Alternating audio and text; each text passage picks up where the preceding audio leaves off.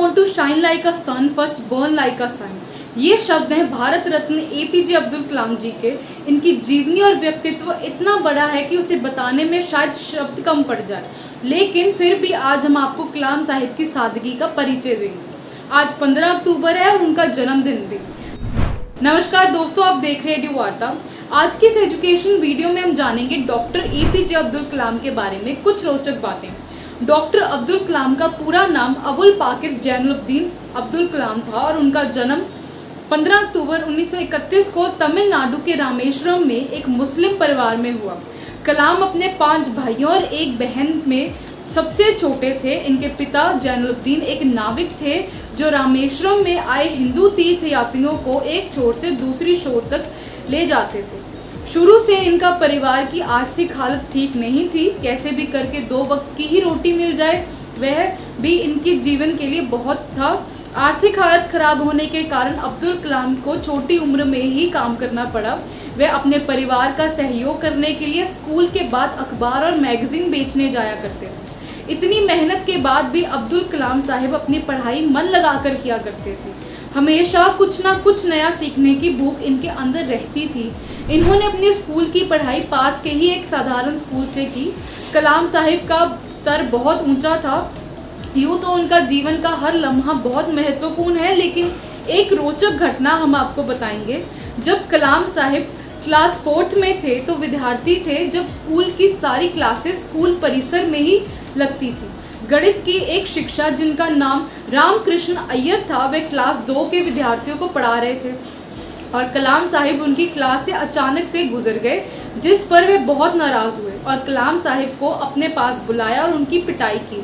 इस घटना के कुछ दिन बाद जब स्कूल में परीक्षा का समय आया, तब कलाम साहिब ने बहुत मेहनत करी और मैथ्स में पूरे मार्क्स ले लिए, जिस पर उनके शिक्षक रामकृष्णन अय्यर ने असेंबली में सभी विद्यार्थियों से कहा कि मैं जिसकी बेंच से पिटाई करता हूँ वह बहुत बड़ा आदमी बनता है।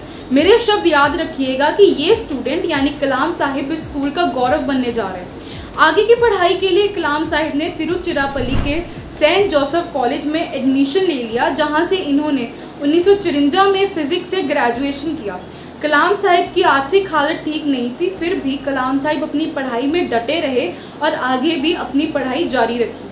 1955 में कलाम साहिब मद्रास आए, जहां इन्होंने मद्रास इंस्टीट्यूट ऑफ टेक्नोलॉजी से एरोस्पेस इंजीनियरिंग की पढ़ाई करी। इंजीनियरिंग की पढ़ाई पूरी करने के बाद कलाम साहिब DRDO यानी डिफेंस रिसर्च डेवलपमेंट ऑर्गेनाइजेशन में वैज्ञानिक के तौर पर चुने गए। यहाँ पर कलाम साहिब ने अपनी करियर की शुरुआत भारतीय वायुसेना के लिए एक छोटे से हेलीकॉप्टर का डिज़ाइन बनाकर किया, लेकिन DRDO में काम करके इनको संतुष्टि नहीं मिल रही थी।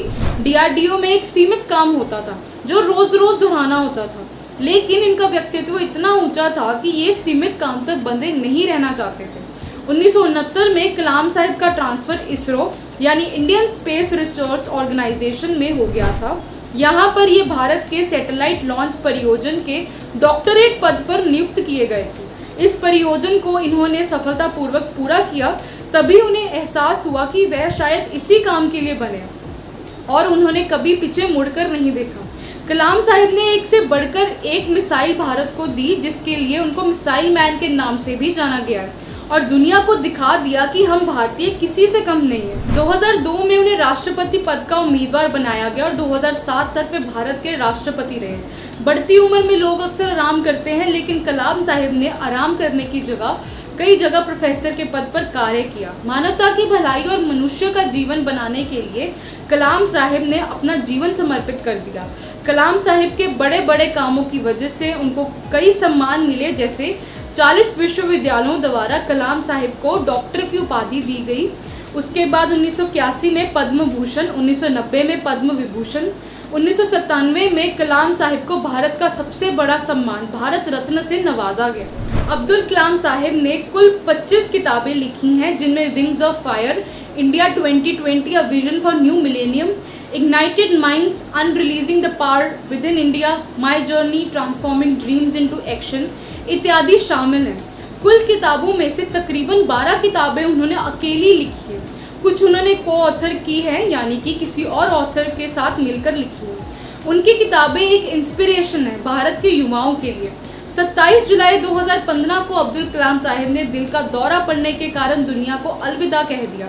आज अब्दुल कलाम साहिब हमारे बीच में नहीं है, लेकिन उनके आदर्श हमेशा अमर रहेंगे और हम सब भारतीयों के आदर्श बने रहेंगे।